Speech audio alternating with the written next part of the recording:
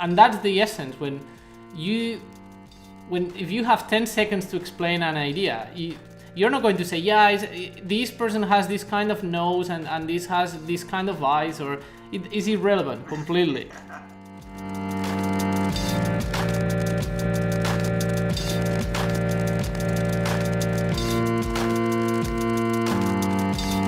Hey guys, it's me. Hope you guys are having a great start to your week. My name's Tom Froese and this is the Making Friends vidcast. And this is where I answer your questions about illustration. If you like this video, please hit that like button. And if you want to keep up to date with the goings on around here, if you want to know when my videos get launched right away, please subscribe to my channel.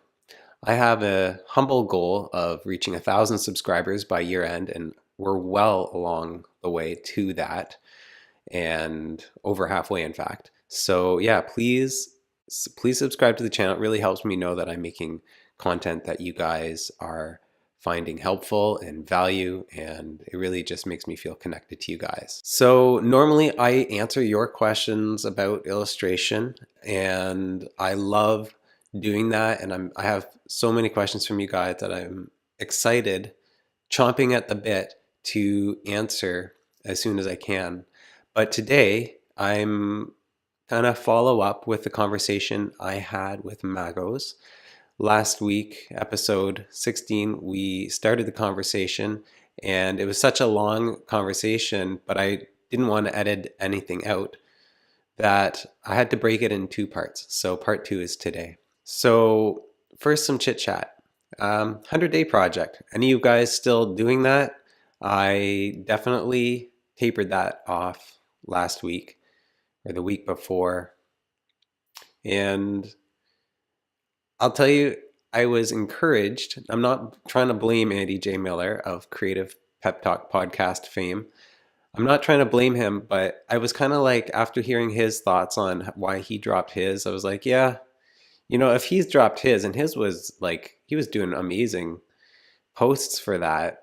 If he dropped his and he kind of legitimized it, you can listen to his podcast about that. It's the most recent one.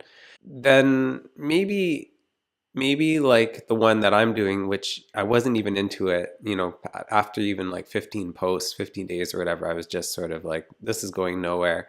But I was kind of trying to be stubborn about it and just do it for the sake of committing and doing what I said I would do.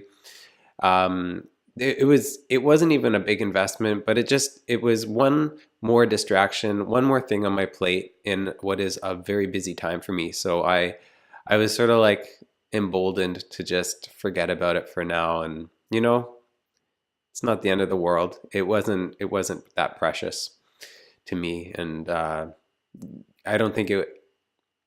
Yeah, I don't know. I mean, it's never ideal to quit something and not do something that you say you would do, but yeah, I don't know. I'm just gonna blame Andy for it. Haha. No, I'm joking, guys. Anyway, that was the weirdest fake laugh I've ever done. I might edit it out. Anyway, this chit chat's going sideways fast. Detroit and Toronto are coming up less than 5 weeks, and well, Toronto's a more personal trip, but Detroit, some of you will know that it's the illustration conference called Icon. Icon 10 is in Detroit this year, and I'm very much looking forward to that, and especially being a part of it as a workshop host. I will be conducting a workshop on my Inky Maps, based on my Inky Maps Skillshare class, but it's going to be more kind of live and interactive and immersive, so it's going to be a lot of fun. So I've been doodling and drawing from life a little bit more. This was one of my New Year's resolutions. I wanted to draw from life more, and because I draw all day sketching, I really don't have a lot of energy or patience for it, and that's the key thing with drawing from life, is you need patience. You need patience and focus to truly draw. Doodling is one thing, but to sit there and draw from life, you have to get your mind into a state where you're actually seeing and in a different kind of spatial awareness. And I haven't done this kind of drawing very actively much since, I'm going to say, maybe 2010 or earlier. Like when I was a student in art school, that's what I did to stay sane as I drew. And it was a very good phase of my drawing career, if you will. And I would draw something every day and post it on my WordPress blog or my Blogspot blog, whatever it was at the time. And I was able to draw quite easily from life, measuring and just the quality of my drawing and the way the translation of what I saw to what I put on the page was very, I'm not going to say accurate, but there's a quality about it that was very good. And that had degraded since I started illustrating full time, because you have to have shortcuts. You have to have sort of a shorthand or a style that you use to depict certain things. And over time, I've built a library of symbols and ways of drawing things in my head that I use to depict certain things. Whereas if you're truly drawing, you're drawing what you see. Usually with illustration, you're not always drawing what you see. You're drawing something more symbolic. So I'm not always drawing from a picture or from life. I'm drawing from an idea. And in that case, you do need to have these ways of piecing together an image. And it's more fun and imaginative, but it also puts your brain in a mode where you're drawing. It's kind of like writing a letter. Like you have a letter, symbols for A and B and 1, 2, 3 and all that. You don't really have to look at something or think about it. That's a symbol. And so you're using you're not seeing, you're not like observing what an A looks like. It's like the difference between just writing the letter A in your own handwriting or looking at a sign and trying to draw the letter A that you see on that sign. Those are two very different things. And similarly, drawing from your mind versus drawing from life are two very different things, two different modes of seeing. And I have been enjoying getting a little bit back into drawing from life. Nothing too serious. I just try and find a moment, sit down. Instead of going through Instagram or something, I'll just open my Moleskine, have my pencil in hand, and start drawing what's in front of me. And it's a very good practice, and I'm already seeing amazing results from that. In that I can now, I feel like I'm getting back in the groove I was, when I was in art school, and just able to look at a picture and draw it a little bit more accurately. And I would love to talk a little bit more about that at some point in the future, just the idea of what it means to draw from life and how that helps and how it relates or doesn't relate to your actual illustration work. So I'm just letting you guys know that I'm encouraged by that, and that's been great. So how about some news? I am sporting a few new things here that you may have noticed. The first thing is a much better webcam. So I'm still recording on webcam, but I bought a Logitech 920C, which is HD camera, a much better picture quality than the one that is in my display, the FaceTime camera. So that's maybe one of the first things you'll have noticed, is that the overall picture quality is much better now, and I'm excited about that. You may also hear a difference. I bought a Blue Yeti microphone. This is probably the most popular podcasting and vlogging microphone, and it sounds a lot better than the little lavalier mic I normally use that's clipped to my shirt. So I'm excited to have slightly better audio quality. And the headphones, they're just regular headphones, but they help me make sure that I'm recording my actual voice at the levels that I need. So I may or may not always have the headphones on in this vidcast, but it's somehow comforting having feedback of what I'm saying come into my ears while I'm recording. So that's what I'm doing for now. A little bit nerdy, but hey, gotta look the part, right? I'm also sniffly, so forgive me if there's any boogery sounds coming in this high quality microphone. I've had a sinus infection for the last few weeks, which isn't awesome. What else? Oh yeah, so why did I get all these new tech toys? Well, after my interview with Magoz, which is coming up, I I realized that I need to up my game. It was a really lousy recording quality, and I kind of feel responsible to make better quality content, especially if I'm inviting high-profile illustrators such as Magoz to be on the show. It's a way of honoring their time and making sure that I'm presenting them in the best quality possible. So I'm looking forward to improving the quality of those kinds of things. And of course, for you guys, I want you guys to be able to actually hear and watch the content without distractions and the distraction of low quality or weird low audio quality and stuff like that. I try to keep it low key. I don't want to be too nerdy about, having a sound booth and all these things. I am pretty minimal in that sense. I've been reluctant to get this kind of equipment, but I think that it's for the better. I'm starting to take this seriously, so why not show it with a few simple tools? So one thing that I haven't really talked about yet is I recently, well, last year I worked on this book called Whose Boat? It's by Tony Bozeo and illustrated by Tom Froese. And Whose Boat is a book about boats. It's kind of like a guessing game. Like it kind of gives you a poem as a clue, and then labels all the parts in the boat, and then you open it, and then there's a panoramic scene for each boat. So I worked on this last year. It recently launched officially on May 22nd. Really proud of this. First illustrated picture book.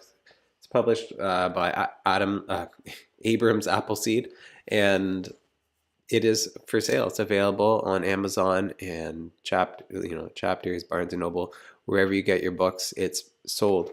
Okay, so let's get on with the actual content of this video now. So this is part 2 of a conversation I had with digital nomad and internationally acclaimed award-winning illustrator Magoz. In part 1, we introduced him and got started on the digital nomad conversation. We talked about traveling and working, and we left off talking about the difficulties of being in, say, like a tropical paradise or some amazing international destination, but then you have to hunker down and work. So that's where we left off. In this episode, we just jump right back in to where we left off. If you haven't checked out part 1 yet, you definitely should before getting into this one.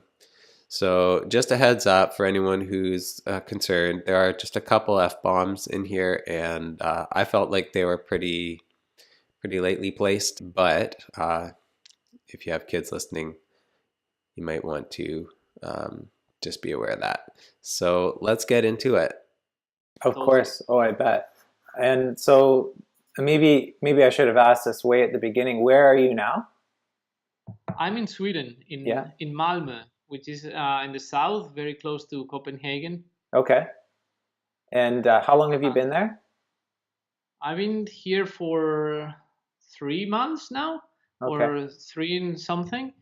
I'm taking kind of a break now. I'm just because before that I was traveling for I think 4 years, something like that, and I really needed my space again. I needed to, for example, at that time I was working intensely, like half year ago, in illustration.tools, and there was no way I was going to finish it because I needed full time. Like, I don't know, I like working. I like spending like 14 or even 15 hours sometimes working on certain projects a day, and it was simply impossible.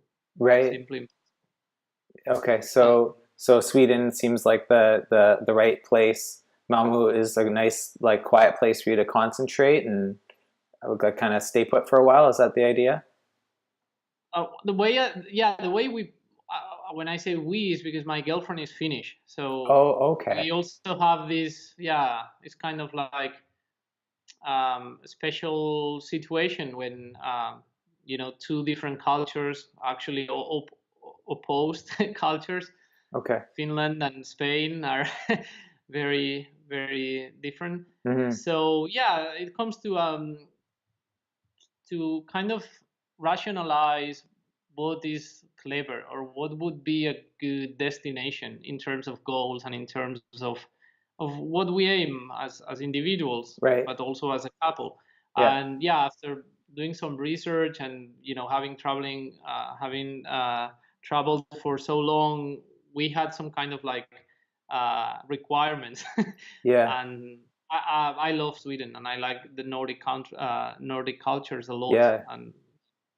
And so far so good. I really recommend Sweden. It's a great place. Oh, I'd love to visit. So I guess maybe Sweden's a bit of a neutral ground for you and your girlfriend, where it's neither of your home countries, but you're both comfortable there. And it's a common place that we like, both of us, that Yeah. has the best thing because we are very similar.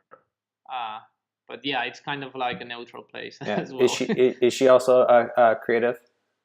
She's a musician. Yes. A musician. Okay, so, cool. Yeah. Also, that was obviously another point, because if being an illustrator and traveling is tricky, being a musician is even more, because you don't have your space and play and yeah.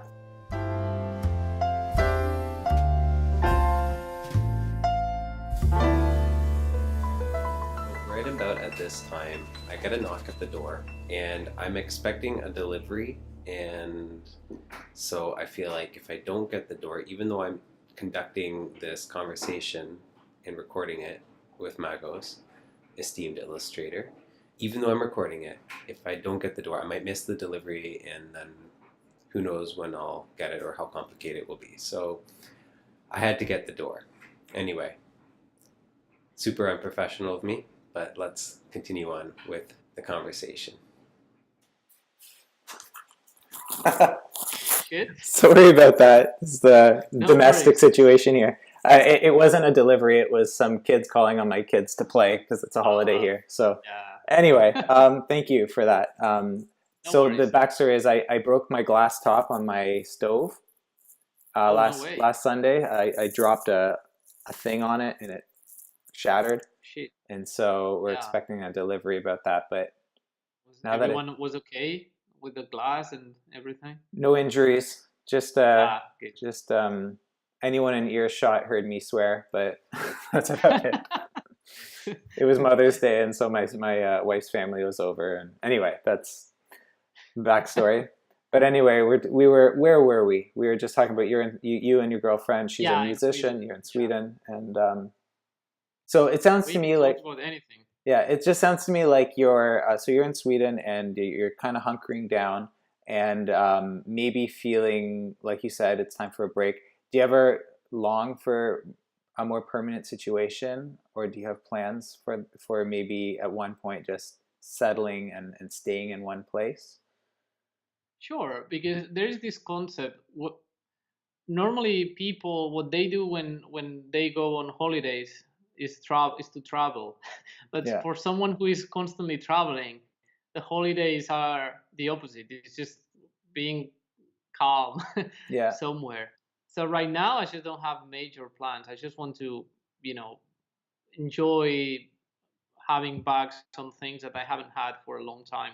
Like those little things, like cooking, like having your own place that you can stay as long as you want, and all these things. So I don't have a big plan about that right now. Okay. But I love traveling as well. So maybe next month, who knows? You'll keep doing it for now. Yeah. Yeah. So have you had any misadventures while traveling, such as like running into the wrong crowd, passing through a bad neighborhood, getting lost, losing your things, or that kind of thing? Not really, because I'm very I was very lucky all those years, first of all, but I'm also very methodic in the ways I research things, and then I have always some kind of, I know where I am all the time, and I don't do like crazy stuff. Like, I don't know, I have many stories of people I encountered that they told me that they have been beaten or I don't know, like robbed to the point that you had to walk for days until you could find help. And but I'm always conscious about those things, because I think when you have everything under control, that's the best point, when you can just break the plans if you want, because you are inside of a framework. And I always have this framework. I'm very aware of the area I am and the city. I know the history. I know I do. You do your If research. you read my blog, you probably imagine I do maps with colors of areas. Okay. I know more or less what are the transports. I know how to go from one place. Incredible. All these things, and then I also have insurance that could cover losing things, but fortunately I never lost anything. But I think it's traveling. It's a lot about common sense and understanding which things can be dangerous or not, but always can happen you something unexpected. That's always possible. Yeah, well, this kind of feeds back into what you're saying before, like being sort of self-disciplined is just so much more heightened when you're traveling, and so that preparedness and planning ahead, and even going to making maps of like where the things you need to know are. I think that's really important. And like I'm a little bit like I'm a planner, but when it comes to traveling, I'm a terrible planner. Like I just I'm a little bit like I like to just let, to a fault, I like to go and let things just happen and as they will naturally. So like if I go abroad, I don't want to plan to see all the things and make sure I do a route. Like I want to just go and almost like find a place to settle down, like get a flat, and then stay there a while, and then almost like feel like I live there, and then maybe I'll go check out the Louvre or the Eiffel Tower or whatever it is, and so to a fault, like Louvre and Eiffel Tower, case in point, my wife and I did our honeymoon in Paris, and we just kind of were like, we love France, so let's just do it. And so we did it, and we didn't really plan to do all these things. And the day that we decided to go to the Louvre, it was closed. It was a Wednesday. We went to the Eiffel Tower, but we didn't go all the way up. We didn't end up doing very much. Like I think we had a great time, and I loved how random it was. We did a lot of spontaneous things that weren't on the map, but all the big things, I feel like we could have planned those a little more and actually like made them happen. So to a fault, I'm a little bit like, I'm gonna just go and it'll work out. But when I look back, I'm like, oh, I could have just plotted that out a little bit more. So it sounds like you're pretty meticulous in that, making sure that you're prepared and you know where things are. Yeah, I like doing all this preparation, but what I don't like is to plan. For example, in that case, I would have written everything that is possible to do, at least that I think about. I do research about the times that they open, where they are located and everything. But I never ever say, okay, Monday this place, Tuesday this place. I always free. I wake up and I know what are my options. It's kind of like, I don't know, seeing an app or something and say, okay, this is available. And this is the thing that, sometimes there is this misconception of like over planning sometimes. So people sometimes think that over planning is like being a robot or something, but this is the opposite. Is being more free. It's just freedom, because then you can choose and you can do whatever you want. Yeah, it's like constraints in illustration. The more rules you have, the more freedom you have within that as a toolkit to move forward. I get that. I think that's I like that. That's key. Metaphor. Yeah, no, that's awesome. So have you ever missed a deadline or other important thing in your work to a client because of like a flight delay or a lack of Wi-Fi, getting lost or anything like that?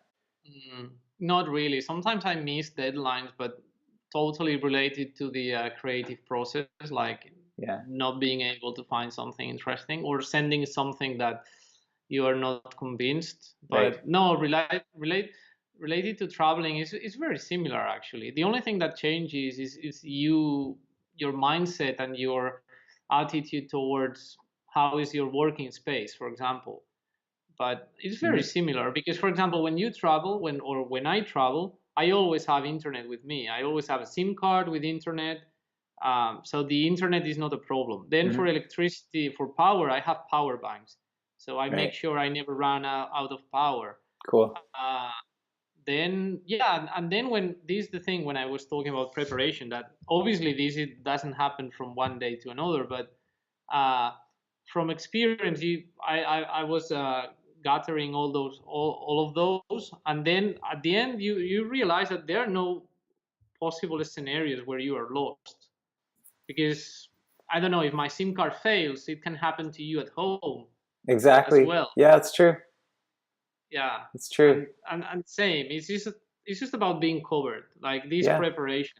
I love it. I love it. Like you're not letting anything hold you back. You're not making excuses, even when you're creating the most challenging possible scenario. It's just a matter of seeing, like, what do I need to be prepared for this, and then how can I work within these limitations. I think that's awesome. Yeah, and it works, and I think it works in many things, not just in illustration or traveling. In many things, just I like the idea. Visualizing is the word that I love. It's just putting in the situation and imagine different scenarios, and then choosing, or facing which one is the most desirable for you, and which one is the one that you want to avoid. Yeah. And then thinking what would happen in both, or in others. And then I love chess. I love the game, and it's very similar. It's just finding the possible outcomes of something, figuring out what you're going to do in some of them, and then just relax. Yeah. Okay, well, you've just given me the reason why I don't think I should work in travel, and that's because I'm terrible at chess. I can't think 3 moves ahead. Yeah. So that's awesome though. Like, I mean, that's just, it says a lot. Like, if people, like, if you're good at chess, you can see all the potential moves a few steps ahead for both you and your opponent, and that the way your mind works clearly is evident in the way you the planning resources you use, and just how you even set yourself up with all these sketches in Procreate that you one day might use. Like, I think that's just like part of who you are, is sort of this, you're always thinking a few steps ahead. You're very future minded. I think that's incredible. Yeah, it's just how I like doing things. In other words, I can't stand. I feel lost. I feel very, like, anxious if I don't. And it's not being in control, but it's like knowing that I did my homework, that I did my best in something. Absolutely. Yeah. Yeah. Although I'm not good at chess, I do definitely relate to just hedging your bets and being prepared as much as you can. Like, going into a situation knowing that you're equipped to some degree to handle whatever comes. So I think that's definitely. And somehow it's kind of gamify something, because that somehow you end up having rules and having possible outcomes. There is some excitement to see what is going to happen, and I don't know. I like it a lot. I like this kind of, like, paths that sometimes appear in front of you, and you can just play around with them. Yeah. Kind of respond to what comes. Have you ever, in your travels, either by plan or accident, run into very interesting people that have influenced you? Sure. This is for me, that's the best part of traveling. It's not even the places, it's just the people. And yeah, this nomadic period of my life has been incredible. I think I haven't even yet fully understand. I haven't understood the value of that period, because imagine, like, 4 years traveling, you meet a lot of people, and also you meet a lot of travelers, and normally travelers, they have a story to tell, or they have a reason why they are there, and they are not, like, following the regular life. And I remember certain people, for example, the one I always, when someone asks me this question, I always think of is one man that I met in Malaysia, and he has been traveling for I think 35 years. Okay. 35 years. Wow. Imagine that. Someone who has been traveling non-stop. And this means like 1 year in there, having a bar as a business, another 5 years in a boat, going to the other part of the globe, then doing something as a trained officer, then picking fruits, then whatever.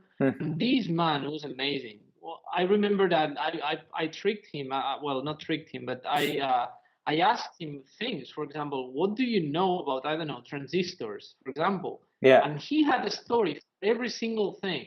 Right. It was incredible. It was something that was, oh fuck, this person has a library of experience that is incredible. But then you couldn't ask him about anything related to culture, like books or music or movies or anything like that. He was pure experience, like fully pure experience, and so amazing, that person. Huh. And I always have this, this, because as a self-taught, you can learn by doing things yourself, or you can learn by experimenting with things that you read from others. And these kind of those two sides always. But this person was the very first extreme person I saw. That was pure experience. Has nothing related to formal education, nothing to anything. Right. Just by doing. Obviously, the man was old, and his situation was bad because he didn't have anyone that cared about him and all this. But this is just another side of the of living this life, right? Yeah. But a lot of travelers are, it's the amount of things that you can get from them is just incredible. Do you keep in touch with this guy? Not really, and I don't keep in touch with nearly anyone that I met traveling, because the rules are different. It's kind of like, and this is what I like in these times where I love the internet and I love the digital world, but I like social networks. I don't like this kind of like new way of socializing that exists nowadays, where you are supposed to have a lot of friends and stuff. They are even called friends in social networks and all this. But the real interaction is completely different. And when you travel, this is completely broken. This reminds me when I was a kid and the internet, even the mobile phones weren't there. That you have another, you don't have, from the very beginning, that you don't have this kind of need of building something. It's just pure exchange of experiences, information, enjoyment, and that's all. It's something that happens. Yeah, it's in the moment, right? Where you're there's a specific context. You're both traveling, you're both on a train, you're both on a beach or whatever it is. Yeah. You share that, and that's okay. That's enough. Yeah. And then you move on. Yeah, and you don't know how it's going to end the day or anything. And that's all. And you always remember that, and you preserve these memories. Totally. But this is the same how, for example, when we think about our parents and those times where, people were more like that every day. Just going to work can be like that. If you had, I don't know, like something with a car that didn't work, how could you tell to the place you work at that you had this? It was kind of more like abstract and volatile, everything. People were connected in a different way. Yeah. And yeah, and I think traveling still has this, and for me is great. I love that. I really prefer this kind of. Yeah, maybe everybody should travel just as a way of realizing the kind of potential there is to connect with people outside of social media. Maybe that's what we all need to do. Or maybe we should burn all the social networks and the phones and and do something. Yeah, good luck with that. Yeah, no, I mean, there's so much good that comes from it too, but it sounds like traveling and I haven't traveled a lot. Like I'm very much a homebody, but the little bit I have traveled, and definitely talking to people like you who do travel a lot, like it changes your character. It changes who you are. Yeah, I have a friend. He's always traveling around. I met him in my early 20s, and I mostly follow him, on Instagram. That's how I kind of keep track of where he is. But yeah, he's just, his whole thing has always been traveling. He's kind of like this fella you met who's just tried everything. Yeah. But his I guess a lot of people just integrate something they're passionate about with traveling. So you've integrated your illustration work with traveling, and this fella, maybe he's just passionate about trying absolutely everything himself and integrating that with traveling. And my friend David is more, he does a lot of, it's such an easy word, I'm totally blanking on it right now, but he goes out and development and stuff like that, right? International development, goes and helps with the village, and he's just always out there doing stuff.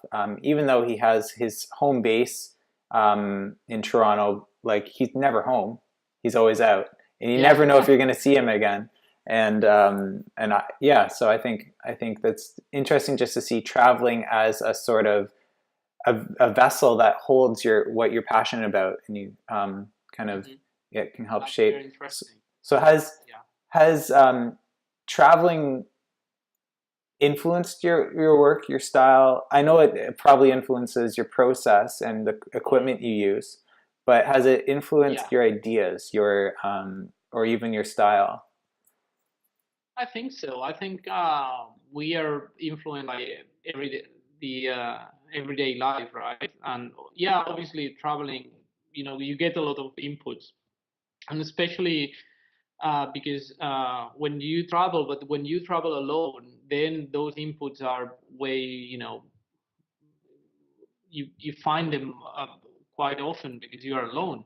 And I traveled alone for a certain period of those 4 years as well, and I love traveling alone.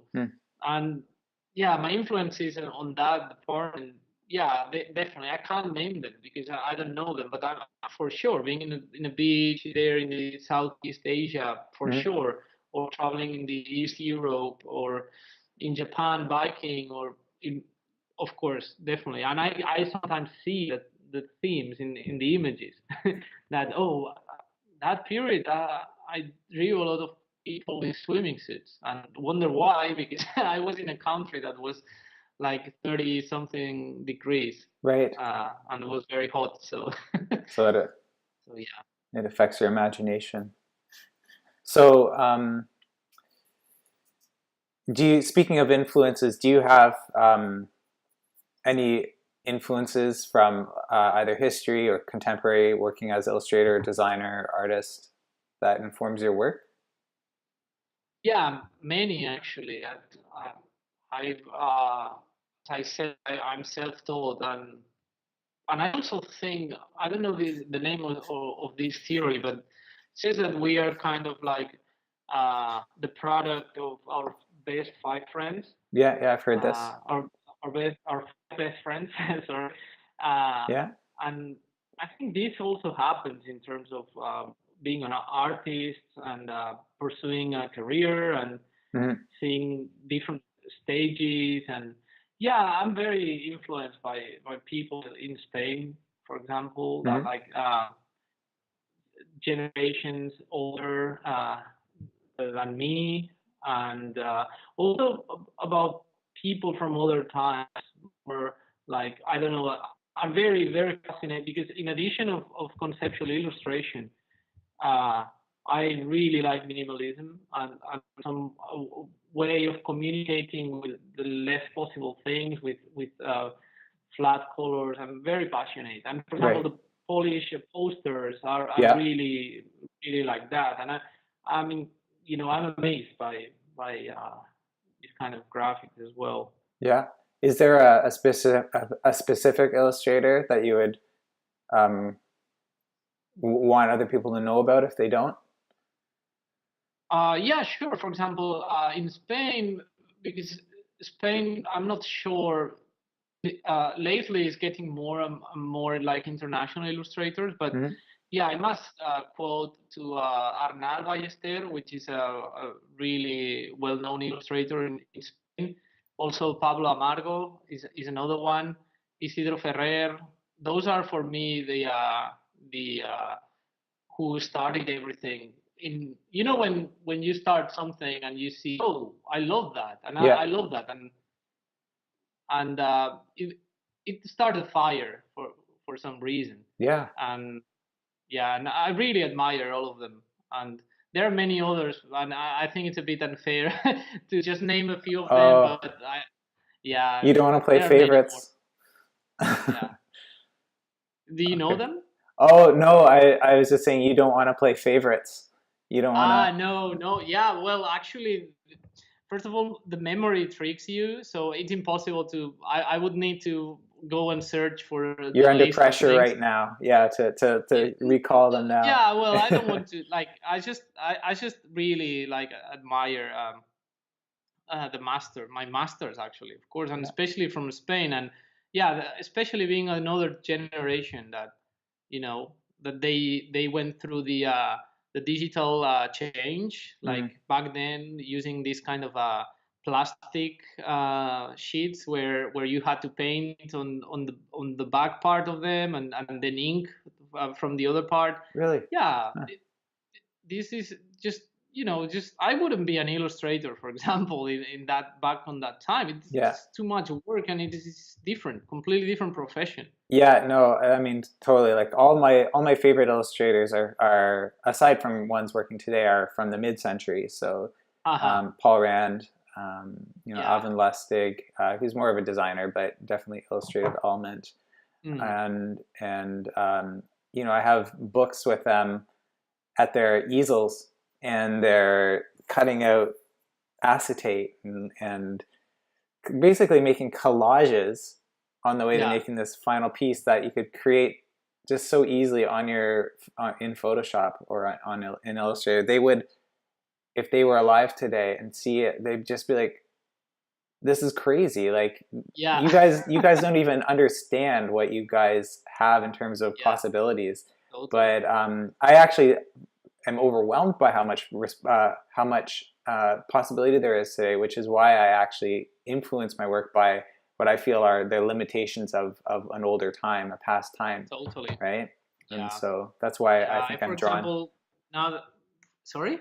I was just going to say that's probably why I'm drawn very much, especially to Paul Rand, because he has this collage aesthetic. It's very simple and intuitive. You can see what you can kind of break apart how he did it and just use that as your go-to method. So yeah, totally. Yeah, and I for example, people from other times, there's this British, I don't know if I pronounce this correctly, but there is this Abraham Games, which is not very well known. Well, at least I discovered him like 2 years or 3 years ago, and it's really, really amazing. Or Fukura from Japan. There are people that were basically making posters, but with a quality that was incredible for the tools that they had. And exactly. Is amazing. And also these limitations that they had of color. Some of them, even the Polish posters, they are not using these kind of plain colors because aesthetic decision. It's because basically they didn't have any other thing. That's or right. The Cuban posters as well. Yeah. Is that they don't. That's it. What do we have today? Okay, we have red, we have black. Yeah. That's it. Do something with that. Yeah. And love it. Yeah, it's amazing. I love that. Yeah, and it feels like, I mean, this goes back a lot to something I admire in your work is the minimalism and constraint. You have such discipline in what you keep out of your compositions. Like you have decided. Yeah. I mean, even let's talk about faces. You don't put faces in any of your work, and I think I get it. I mean, it makes sense. Like it's not about that intimate level of detail. It's the idea. And if you put a face, I'm putting words in your mouth here, but I'll let you speak for yourself. I agree. I agree. You can. Yeah, I completely agree. Yeah, if you put eyes on a face and suddenly a personality there, that's becoming more prominent than the concept, right? Is that kind exactly? It distracts. Yeah, I don't. Maybe it's not about personality, but are details that are not important, because the personality also is reflected by the positions of the characters and how they do things. Yeah, gestures. But the face is not very important actually, and I would like to, even for me, the if this is a man or a woman, it's not even important either. I would like to. That's why recently, in the last few years, I've been very, very interested in pictograms, like those signs that show you where is the toilet, right? All these signs in the traffics, and I'm doing I've been doing a lot of research, and my work is slowly going towards that path, because that's, for me, that's the essence, the action itself, or I don't know, what is this a scene? What it matters is what if you could. This is the thing that once I heard that the way to know if a good illustration is good or not in terms of conceptual stuff is if you can call to your mom and tell the idea that you just had for that illustration. If you can do that in less than 10 seconds to your mom, and she understands it, and then she gets it, then it's a good. And that's the essence. When if you have 10 seconds to explain an idea, you're not going to say, this person has this kind of nose, and this has this kind of eyes, or it's irrelevant, really. Yeah.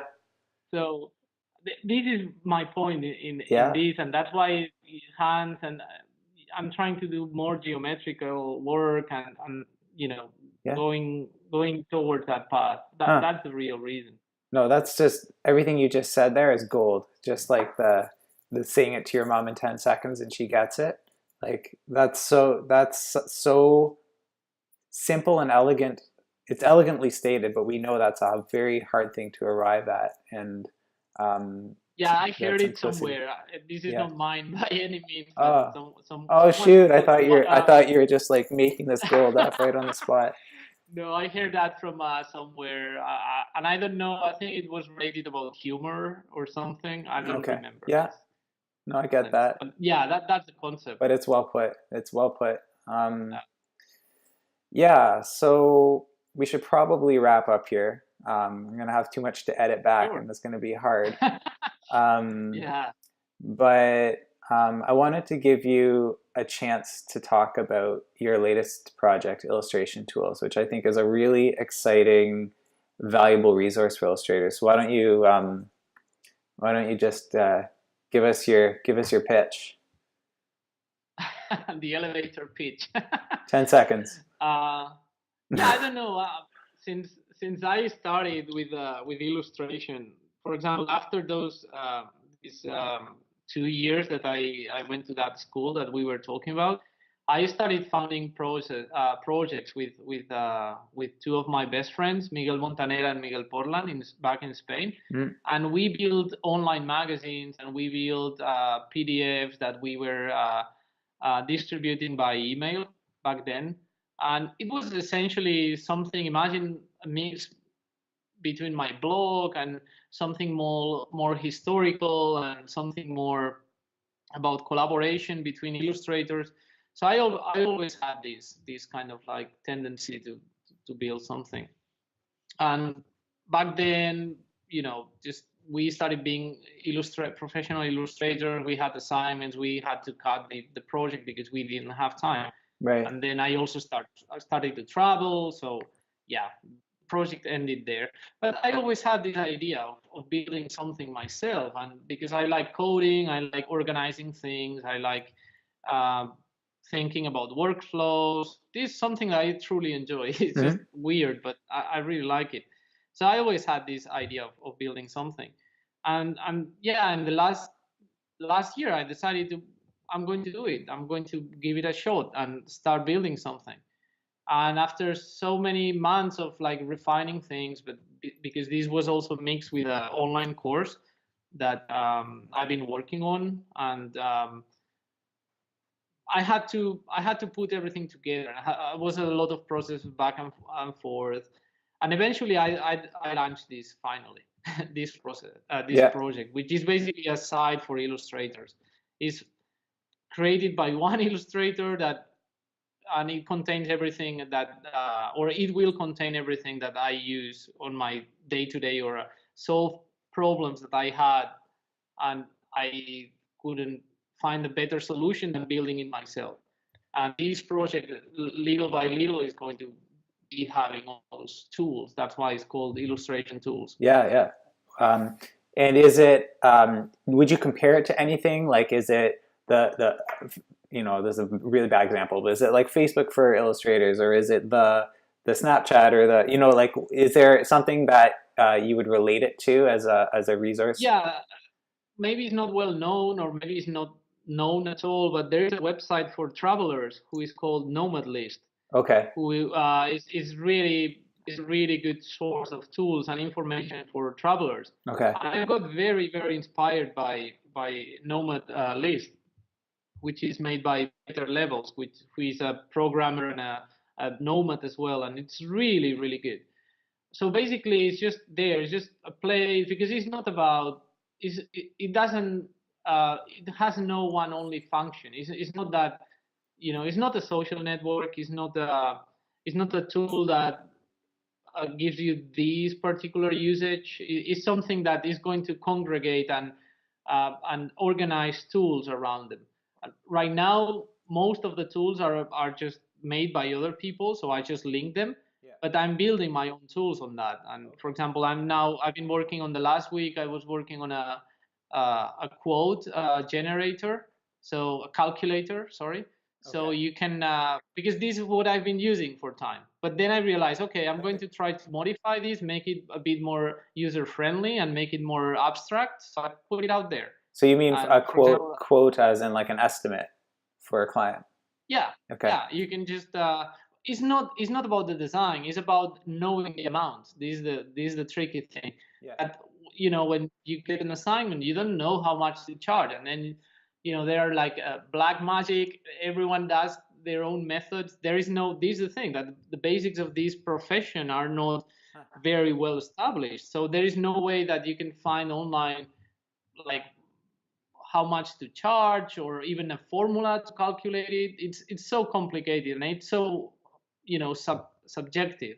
Yeah. So yeah, I just want to make a tool that is not going to give a price. It's just going to calculate a price for you based on certain things that you manually enter. Okay. And so, okay. Yeah. Well, I think that would be a very helpful tool, because there's that's always one of the big questions, like how much do you charge, especially when you're starting out. The black magic, you get better at the black magic the more experience you get, but when you first start out, you need something to go by. So I think that's important. And so what kind of people do you hope uses illustration tools or finds out about it? Well, illustrators. I think this is tailored for illustrators. Obviously, it can be useful for other freelancers or animators or other people, but it's just complete, because it's built by me and curated by me. I mean, there is no other filter, and it's also there is also a forum inside where people just share information and just talk, and it's nice. And members and people from outside contribute, sending new resources. But my job is to filter all these, think what is useful from a perspective of an illustrator, because obviously, if everyone sends things at the end, it's just, it needs some kind of like guidance and filtering. And then I build things out there. This is the phase where I am at. It's just building new things that aren't available yet, but that's really exciting. And I'm building all that openly, which means that I'm sharing with the members inside of the forum what I'm doing. There is a change log that you can see what's new, and I'm putting all this there. Yeah, and I'm having a lot of fun, actually. I love learning more things about programming. I'm now rebuilding certain parts of the community, and really having fun. Well, that's amazing, and I think that is there a way people can find this, or how can you what do you have to do to be a part of it or access it? Yeah, when I launched it, like I think it was like last week or 2 weeks ago, I started to give invites to people because this in the very early stage now. Mm-hmm. So now I think there are 500 members, wow, something like that. That's great. And right now, the way, because this is also connected to this course that I've been working for a few years, which is about strategy and business for illustrators. So right now, the way to become a member, if you want to be part of the forum, is just buying the course, or you can also get a membership. But no one is getting a membership because right now it's just starting. Okay. The whole thing. Okay, but, so eventually it will be more of a subscription model. Maybe, I don't know yet, because I want to build first the thing and give some value. What I don't want to make is just a company that, charge just a subscription for a few functions. But I want to find this balance of having a product that is useful and is fair for people, and also be sustainable, because right now I'm extremely excited about this and I work a lot of hours every day, but eventually, this needs to be maintained and needs to be, find a way that is sustainable. Yeah. So I don't know, maybe in the future it's going to be like open spots, but I'm not sure right now. I'm just focusing on building the product and having some feedback from the community. And if someone is curious and wants to use it, they can go to illustration.tools. This is the URL. Yeah. It's included in the name, and they can become a member or buy a course, and that's the way they can just be more part of it right now. Okay, well that's great. Yeah. I mean, you're doing so much. You've got illustration.tools. You're you're taking up coding, always learning new things. Traveling, you're kind of resting right now, but overall you're pretty insane. And I think I'm super inspired just having talked about all these things with you. And like, I have so many questions that I want to ask you in my list here, but I don't think anyone's going to listen to a 2-hour. Well, maybe they will. It's very interesting. Well, let's see. If the audience wants more, maybe we can arrange part 2 eventually. Absolutely, yeah. No, but thank you so much for everything, for just taking the time and offering so much of your experience for me and for people listening. It was a pleasure. Awesome, man. Yeah. Awesome, man. It looks like there's some daylight left there for you, so. Oh yeah. No, I need to get back to code, because I was trying to solve a bug that is bothering me for a few days in the illustration tools, and I think I'm very close to to smash it. Okay, well, good luck with that, and let's talk soon, and I have a great week. You too, and thank you for this conversation. Yeah, you're welcome. All right. Bye. Bye. All right, Magoz, thank you so much. That was an amazing conversation. And I just had a lot of fun talking about traveling and working, and just hearing your thoughts on illustration and your approach to all of those things. And I'm sure we're going to have some good conversations in the future. So yeah, guys, I hope you enjoyed the conversation.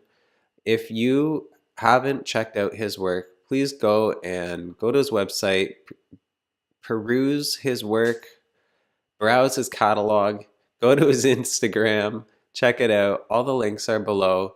And of course, please check out his illustration.tools website. That is the URL, illustration.tools. And that's where he's starting to create a website specifically tailored for illustrators like you, like me, where he's consolidating the disparate and in shattered pieces all over the world, illustration world. He's bringing those things, he's consolidating them in one place and trying to make them accessible to you. There's forums, there's discussions, there's apps, and all kinds of other stuff up there. So please go check it out. And thanks guys for watching, listening, the Making Friends vidcast. My name's Tom Froze. If you like this video, please hit that like button. Don't forget to subscribe. Get me up to 1,000 subscribers by the end of 2018 and beyond. So I hope you guys have a great week. Meantime, keep making great work and asking great questions. All right, guys. See you later.